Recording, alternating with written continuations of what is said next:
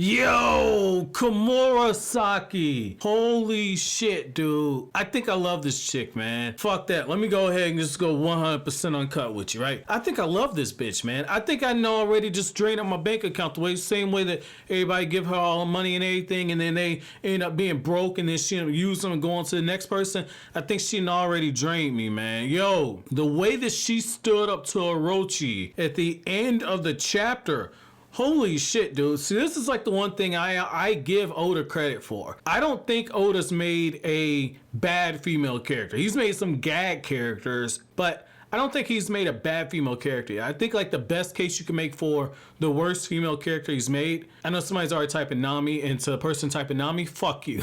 But I think Paranoia might be your best argument at a bad female character, and I really feel like I could defend Paranoia to an extent. But the way that Komurasaki stands up to Orochi and says, if you want a weak woman, if that's who you want as your wife, you don't want me. And when she said that shit, man, when I tell you, I about jumped out my seat when she said that. I'm not even exaggerating, dude. Yo, that's what I'm talking about right there, man. Between what we saw with Kiku, how Kiku's got the sword and she's just swinging around and she's whipping it out with the best of them, the same way that you see Komurasaki standing up, man. You know, it actually says something that, you know, she's that manipulative and she's able to use her beauty to that level that she's able to get away with so many different things, man. Like, Komurasaki, low-key, I thought she was scum. I was getting ready to put her in the same category that I put Boa Hancock in. You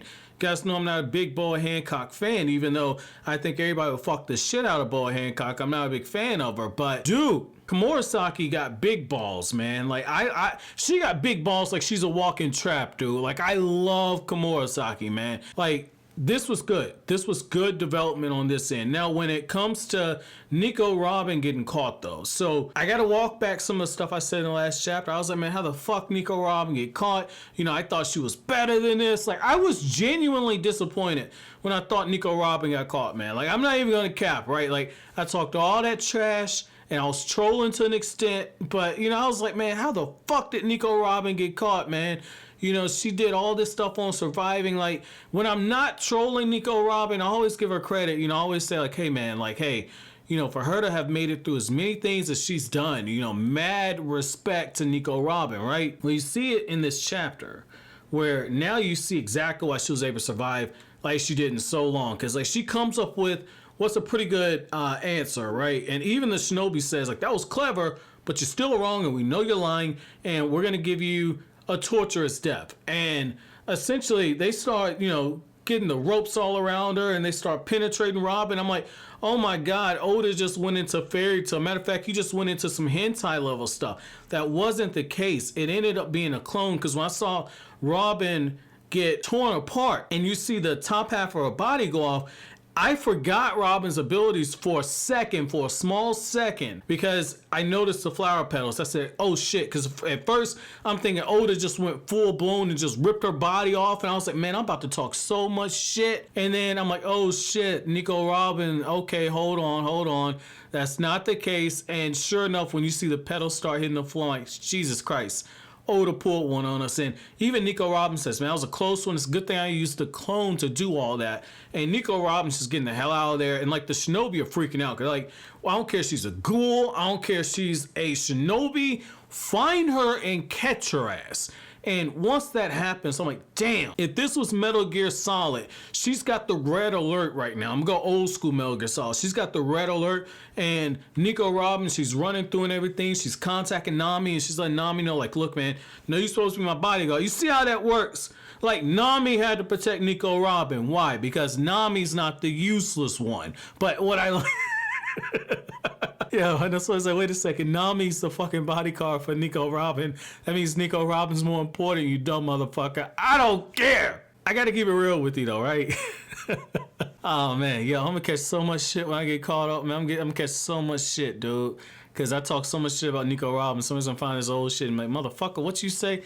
But on the real though, like, I like how Nico Robin, as she gets caught, everybody is shocked. But to keep the Metal Gear Solid reference going, Nico Robin goes from the red alert to all of a sudden she's got the yellow caution sign, and that's because Orochi catches her.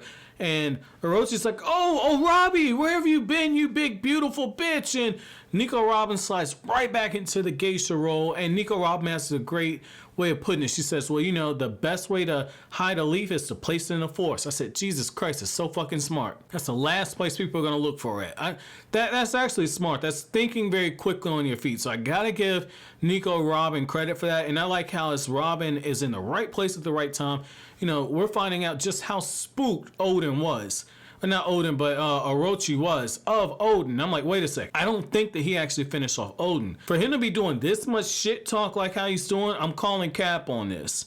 Like, I'm not even just calling cap. Like, I'm calling like a whole store full of cap. Like, I don't believe this shit. I don't believe it. I don't think it might have been stated elsewhere that somebody else finished off the Kozuki clan, but I don't think he finished off Oden. I really don't. Like, I really feel like somebody else did it because of how forceful he was when he said that I'm the one that took down Oden. I saw him die with my very eyes. Now, maybe he did see him die.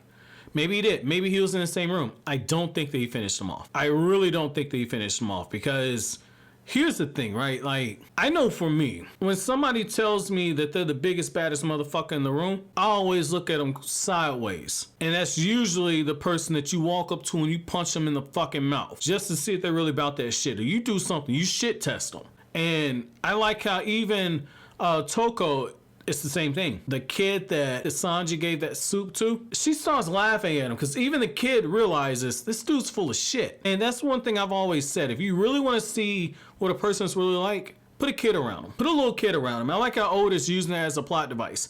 Put a little kid around him, and that little kid's going to tell you everything you need to know about what that person truly is, because a kid does not lie.